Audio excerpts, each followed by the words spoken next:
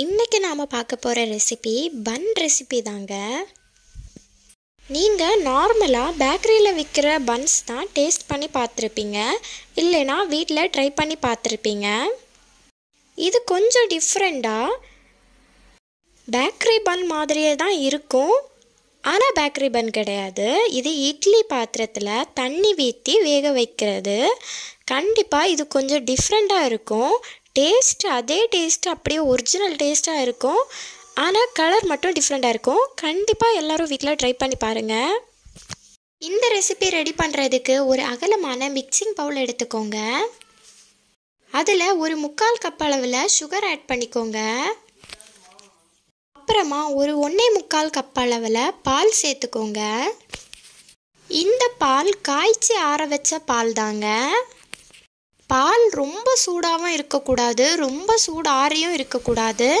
Medium ஸ்டேஜில் இருந்தால் தான் கரெக்டாக இருக்கும். அப்போ தான் நாம் சேர்க்குற ஈஸ்ட் நல்லா பொங்கி வரும். அப்புறமா ஒரு 3 டேபிள் ஸ்பூன் அளவில் ஈஸ்ட் ஆட் பண்ணிக்கோங்க.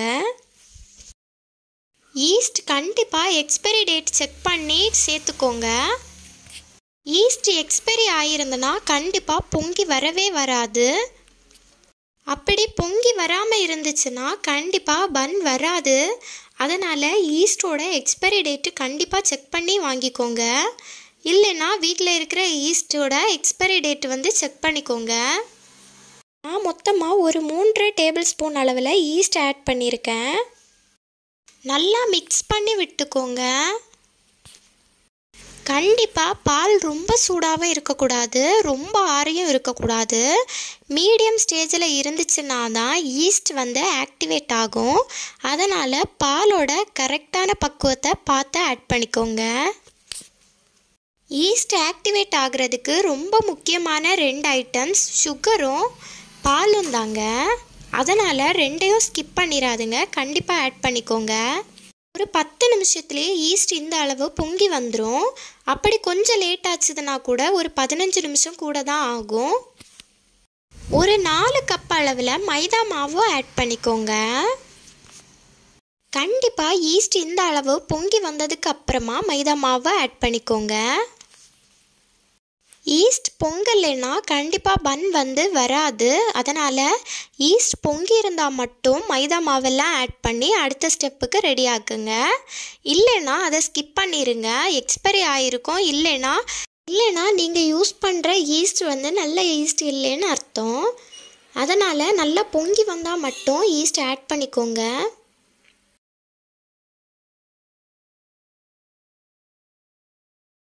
இப்போது கொஞ்சமாக உப்பு ஆட் பண்ணிக்கோங்க. அப்புறமா உங்களால் முடிஞ்ச அளவு நல்லா அதை பிசைஞ்சு எடுத்துக்கோங்க. மாவு நல்லா பிசைஞ்சு எடுக்கணும். பன் ரெடி பண்ணுறதுக்கு நமக்கு ரொம்ப முக்கியமான ஒரு ஸ்டெப்பே ரொம்ப பிசைஞ்சு எடுக்கிறது தான்.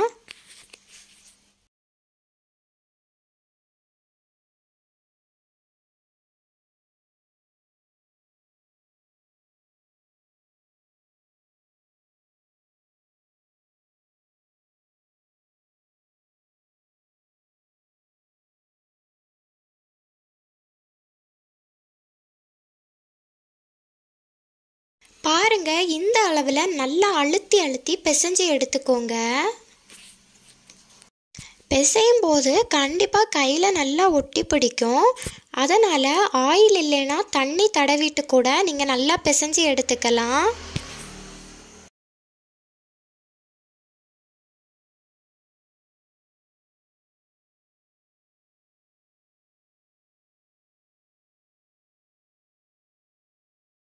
இந்த அளவுக்கு பிசைஞ்சதுக்கு அப்புறமா ஒரு சப்பாத்தி கல்லில் வச்சு இன்னும் நல்லா பிசைஞ்சு எடுத்துக்கோங்க.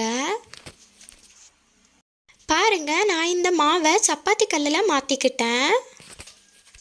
சப்பாத்தி கல்லில் இல்லைன்னா வேறு ஏதாச்சும் இருந்துச்சுன்னா, இதே மாதிரி கட்டை இருந்துச்சுன்னா அதில் கூட நீங்கள் மாற்றிக்கலாம். இன்னும் நல்லா பிசைஞ்சு எடுத்துக்கோங்க. ஒரு 20 to 30 நிமிஷம் நல்லா பிசைஞ்சு எடுக்கணும். கையில் கண்டிப்பாக நல்லா ஒட்டுங்க. அதனால் கையில் எண்ணெய் இல்லைன்னா தண்ணி கண்டிப்பாக அப்ளை பண்ணிக்கோங்க. நல்லா பிசைஞ்சு விடுங்க. நீங்கள் எவ்வளோ தூரம் நல்லா அழுத்தம் கொடுத்து பிசைதீங்களோ அவ்வளோ தூரம் பன் ரொம்ப சாஃப்டாக வரும். ஒரு அரை மணிக்கூர் எல்லாம் நல்லா கைவிடாமல் பிசைஞ்சிட்டே இருந்தீங்கன்னா கண்டிப்பாக பன் ரொம்ப ரொம்ப சாஃப்டாக இருக்கும்.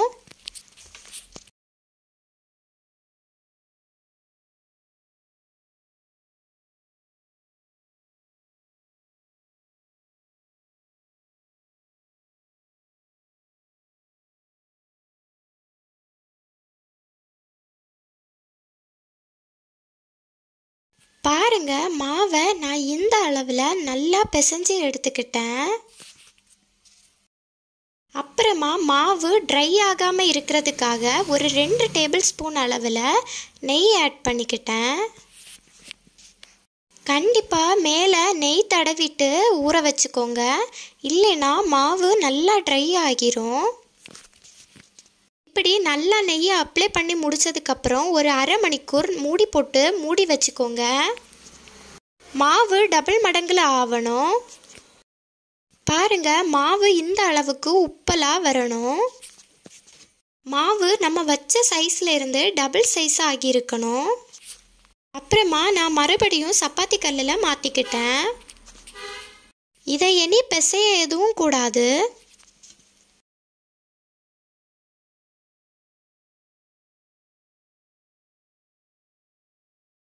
இதை உங்களுக்கு தேவைப்படுற சைஸில் பீசஸாக கட் பண்ணி எடுத்துக்கோங்க.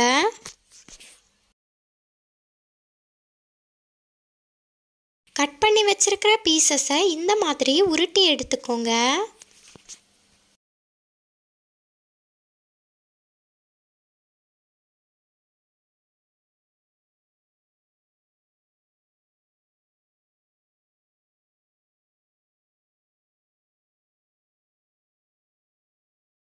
உருட்டுற மெத்தட் ரொம்ப முக்கியங்க. கண்டிப்பாக வீடியோவில் பார்த்து இந்த மாதிரி உருட்டிக்கோங்க. கொஞ்சமாக கிராக்ஸ் இருந்தால் கூட வெந்து வரும்போது பன் வெடித்த மாதிரி ஆகிரும். அதனால் கொஞ்சம் கூட கிராக்ஸ் இல்லாமல் அழகாக உருட்டி எடுத்துக்கோங்க.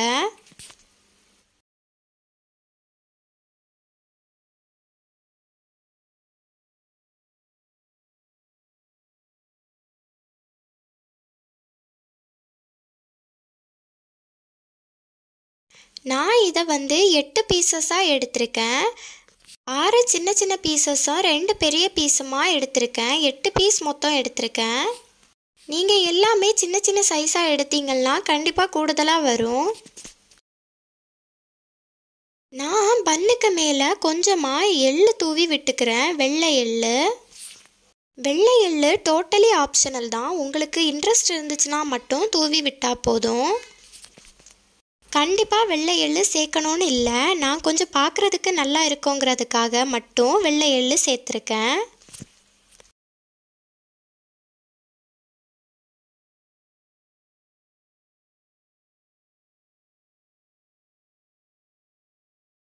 இப்போது அடுப்பில் ஒரு அகலமான இட்லி பாத்திரத்தை வச்சுக்கோங்க.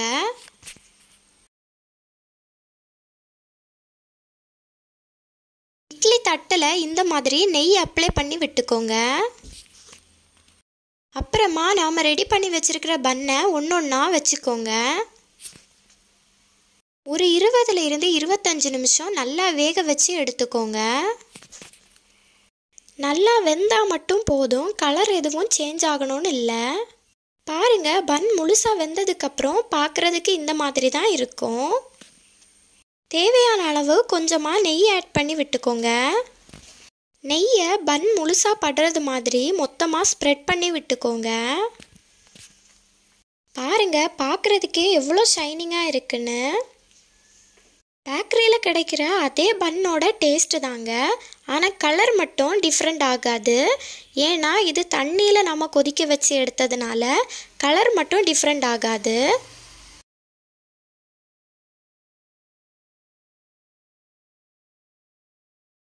உங்களுக்கு தெரியுதா எவ்வளோ சாஃப்டாக இருக்குன்னு பாருங்கள். ரொம்ப ரொம்ப பஞ்சு போல் இருக்கும். கண்டிப்பாக வீட்டில் எல்லாரும் ட்ரை பண்ணி பாருங்கள். சில பேருக்கு இந்த பன் வீட்லேயே ரெடி பண்ணி சாப்பிடணுன்னு நல்ல ஆசை இருக்கும், ஆனால் அடிகனமான பாத்திரம் எதுவும் இருக்காது. அவங்களுக்கெல்லாம் இந்த பன் ரெசிபி ரொம்ப யூஸ்ஃபுல்லாக இருக்கும். கண்டிப்பாக ட்ரை பண்ணி பாருங்கள், ரொம்ப டேஸ்டியாக இருக்கும்.